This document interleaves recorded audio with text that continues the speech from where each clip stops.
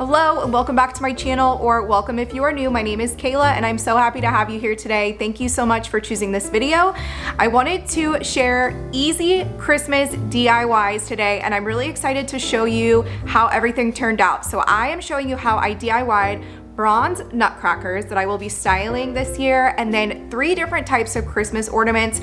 I'm really happy with how they turned out, and I want to preface this by saying I am not a DIY girly by any means. So if I can do it, you can do it, and it is really budget friendly, and they ended up looking like designer dupes. So without further ado, let's get started on the bronze nutcrackers. So these are the nutcrackers I picked up from Hobby Lobby. The tall one was $9 and the small one was $5. I did practice on that one, that was $3.50, using these 2 colors of Rub and Buff, but I figured that I needed to spray paint the larger ones first because covering that much area with just Rub and Buff was going to be way too much. So I decided to spray paint this a satin bronze Rust-Oleum spray paint that I got from Hobby Lobby. And this is honestly my first go at spray painting anything. So I did learn a little bit about what not to do. I spray painted a little too much on the face and it did drip a little bit, but everything worked out. I did let it dry, and then I took antique gold and copper bronze Rub and Buff, mixed them together, and then basically covered all of the areas lightly with a coating of those 2 colors combined. That did give me more of an antique finish. I didn't love just the satin bronze spray paint by itself. I really feel like to get that antique finish, the Rub and Buff really helped me achieve that look.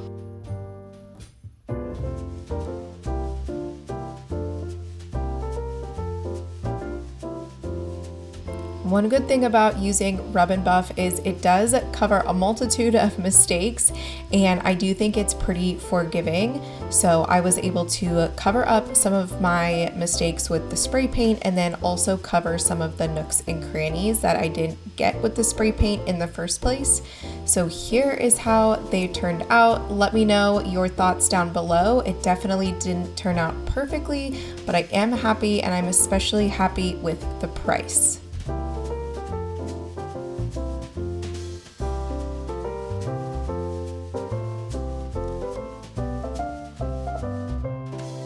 Before we jump into the 3 DIY Christmas ornaments, I did want to share what I've been up to recently. I have been absolutely binging classes on Skillshare. If you guys haven't heard of Skillshare, it is the largest online learning platform for creatives, and it has thousands of classes ranging from photography to how to shoot video for social media, how to start a YouTube channel, how to do interior design, interior styling, how to start a side business, productivity.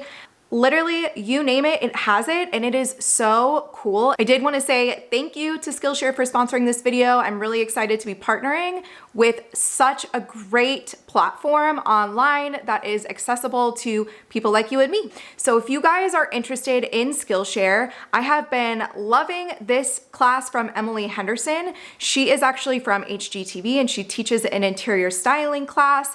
There's tons of those types of classes on there. It doesn't have to take up very much of your time from day to day. I normally will pop it on for an hour, learn a little bit while my son is at school, and then get to what I need to do for the day. The first 500 people who click on the link in my description are actually going to get Skillshare for 1 month for free.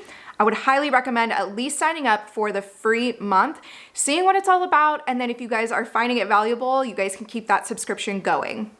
The next project we're going to be tackling is creating some stone ornaments using a couple of ornaments that I picked up from the Hobby Lobby craft section, 50% off for $1, and then trying to upcycle some of my older ornaments. We are also going to be using some spray paint. If I had to choose, I would say get one or the other. Each of these costs about $13. So depending on what look you're going for, the white onyx might work well for you. I preferred the travertine tan, so you'll see I did most of mine in that color. As you're spray painting, make sure you spray a really light coat at first. If you spray too hard or spray continuously, it will mess with the finish and create gaps on the finish of the ornament. So you'll probably have to go in a couple of times, and it does take a little bit to dry.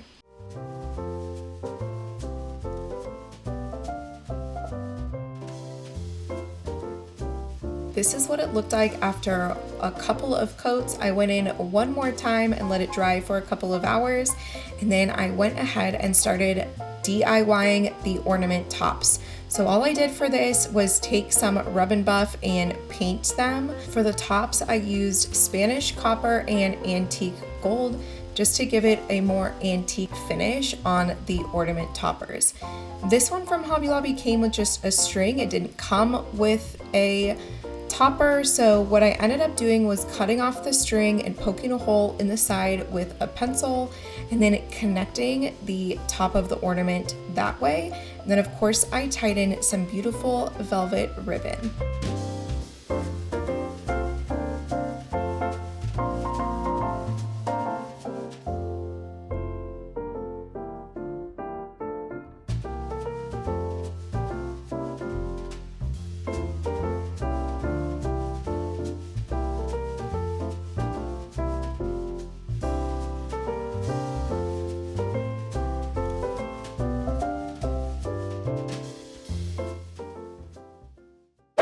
Moving inside for the next set of ornaments, I had to purchase some acrylic paint from Hobby Lobby.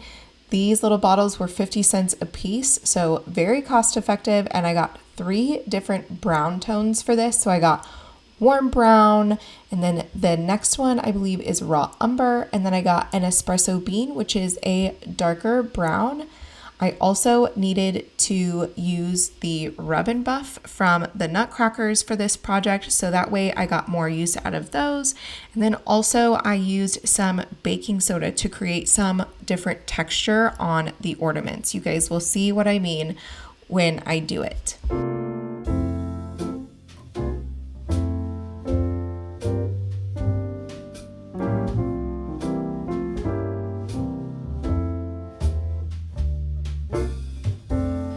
I am starting out with a warm brown color, and then I am mixing baking soda in with it to create a coarser texture onto these shatterproof plastic ornaments from Hobby Lobby. So I took the topper off, and then you guys, I'm trying to be as budget friendly as possible, just using what I had.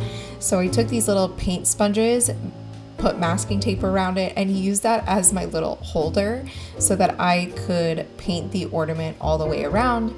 So I used paintbrushes to mix the paint and baking soda together, and then the whole point of this is to create some coarse texture. So you'll notice I am not just doing brush strokes here, I am kind of dabbing the paint on along with brushing it throughout the whole ornament.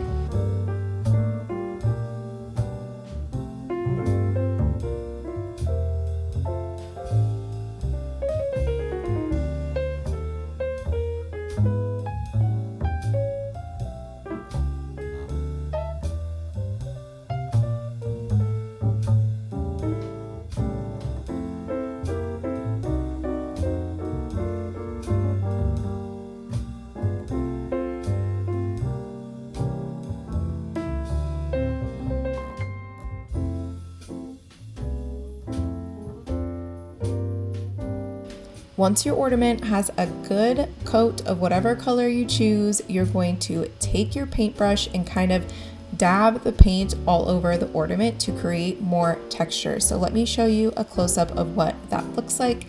Just gonna take your paintbrush and dab it just like this. Before it dries, you're actually going to take your baking soda and sprinkle it all over the ornament. Doesn't need to be fully covering it, but I do like a hefty sprinkle of baking soda on these. I found that it turns out for the best.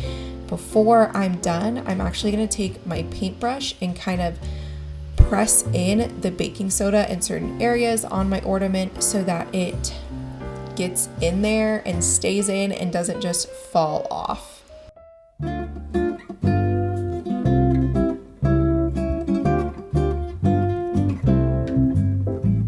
Here is what it looks like when your baking soda is sprinkled and pressed in. This is definitely a trust the process kind of moment. I'm gonna have you guys set this over to dry, and then when you guys know that it's dry, go ahead and brush off the excess baking soda, and this is what your ornament will look like at that point.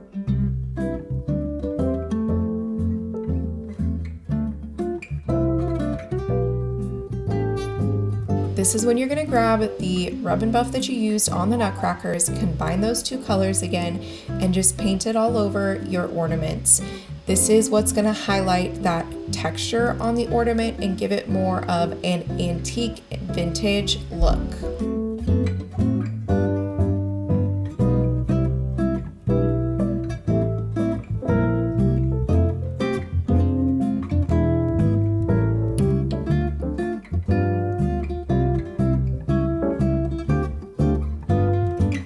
Rub and Buff is such a forgiving product to use. There really is no rhyme or reason as to how I am doing this. I think with the baking soda, the paint, and the Rub and Buff, these ornaments have so much depth and texture.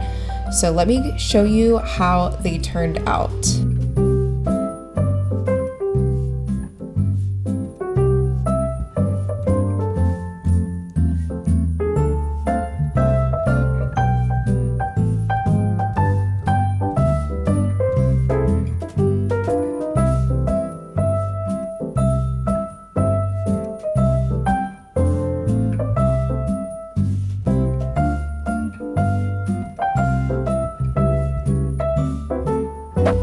Last ornament we're going to be creating is a floral ornament.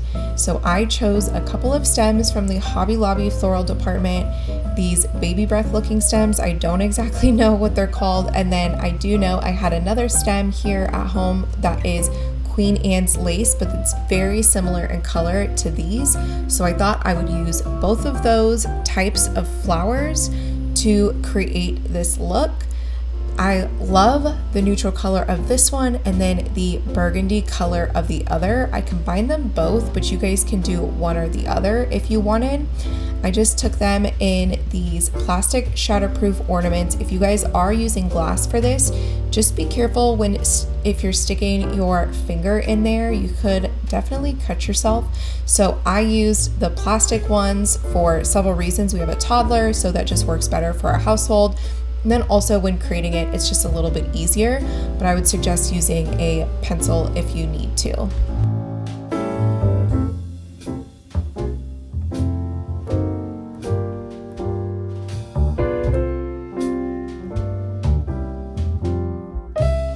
I liked mine pretty full, but you guys can fill it with however many stems you have, and then just use a pencil to kind of move things around and get them to where they're all being seen inside instead of just all kind of clumped together at the bottom.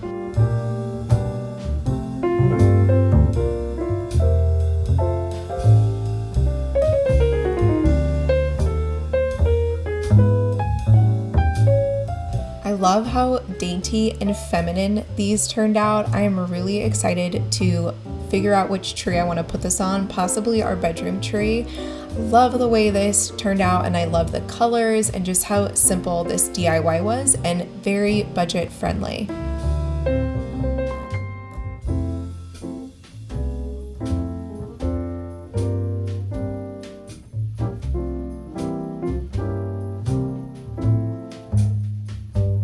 All right guys, that is going to wrap up this year's Christmas DIY video. It was really fun to make, and I'm so happy with how everything turned out. I'm actually going to be decorating for Christmas in just a few short days, and I can't wait to share with you how I styled those items in my home. If you guys like this video, please give it a giant thumbs up. I would so appreciate it. It really does help my channel. And if you guys are going to be making anything that I made today, I would love to hear it in the comments below and let me know what your favorite ornament was that we made today. I would love to hear your opinions about how I did, because this is my first go at DIY. So let me know how I did below. I will see you guys in my next video. Bye.